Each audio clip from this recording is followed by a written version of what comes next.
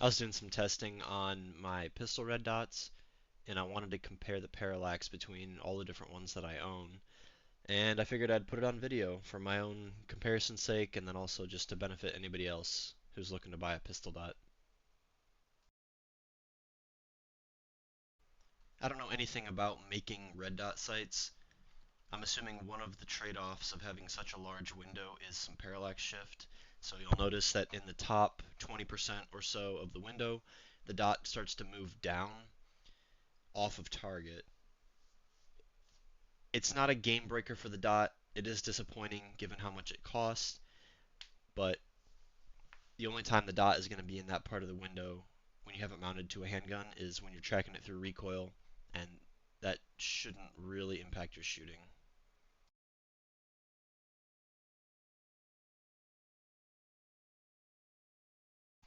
I probably should have turned the RMR up a little bit, but I think you can see it well enough here. Pretty good performance. One thing that stands out to me, unrelated to the parallax, is just how heavy the greenish blue tint is on the glass.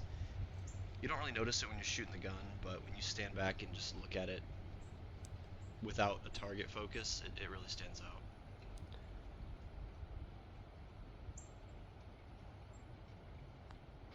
Same thing with the MPS in terms of the brightness.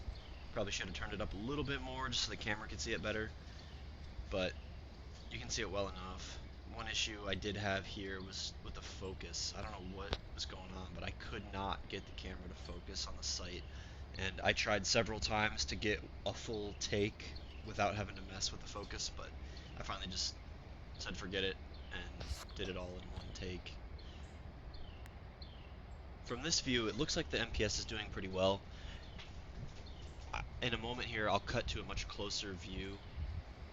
I was having a hard time getting it to come across on camera, but the MPS has some weird parallax shifting. The dot doesn't just shift around on you, it completely disappears. Again, kind of like with the SRO, the only time that the dot should be in that top edge of the glass is under recoil, but especially with something that has this small of a window, the fact that the dot totally disappears on you is a little concerning to me, again, with how expensive this thing is.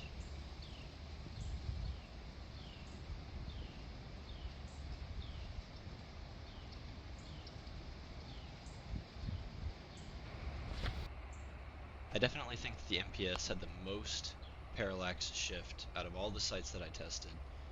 And whereas most of the other sights would only have a little bit of shift around the edge of the glass, this thing had shift in the dead center of the glass, and the dot disappeared on the top 10% of the window.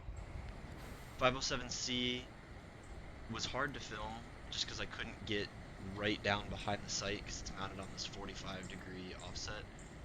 But this had the best performance of all the sights that I tested. It was, it was completely locked in. There was no discernible movement in the sight.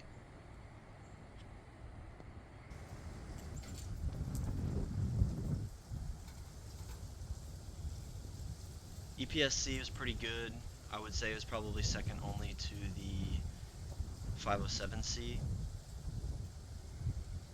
Good performance though out of this sight. Very minimal shift.